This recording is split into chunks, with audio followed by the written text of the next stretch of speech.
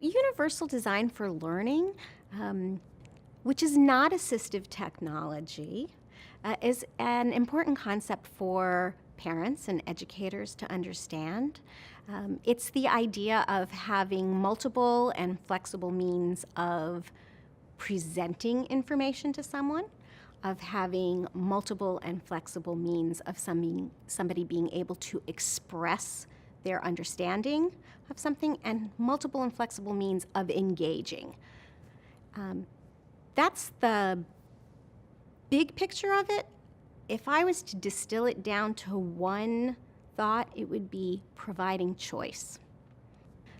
So that there's not one right way to do any of those things. There's not one right way to give students access to information. There's not one right way for a student in a classroom to let us know that they've mastered the content, that they've mastered the standard that we're asking them to.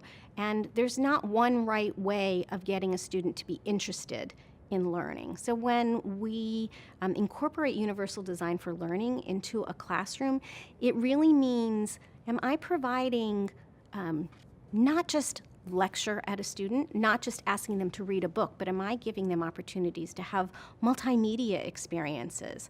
If students are going to present the argument of whether Pluto should be reclassified as a planet or not, they can do more than just read about that in a book. They can go find videos on it. They can find digital articles on it. They can go and look at a book, a real paper book, because that's still a valid way to find out information. And then when they're trying to convince me of what their viewpoint on that is, they don't have to just write that 3-paragraph essay that I was talking about before. They could produce a video on it with images that they've brought in.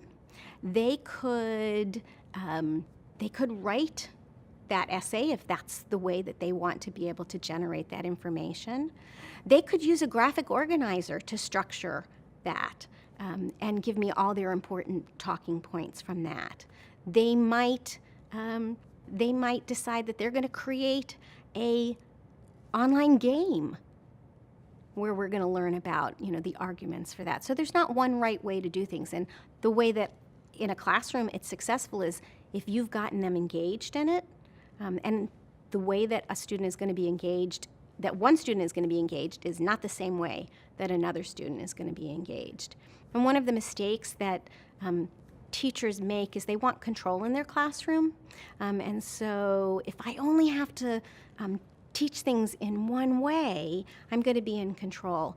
Instead of letting students choose, well, this is the best way for me to gain my information, or this is the best way for me to gain information.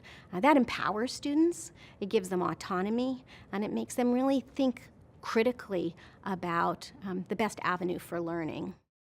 For more information about effective assistive and instructional technology, please visit ctdinstitute.org.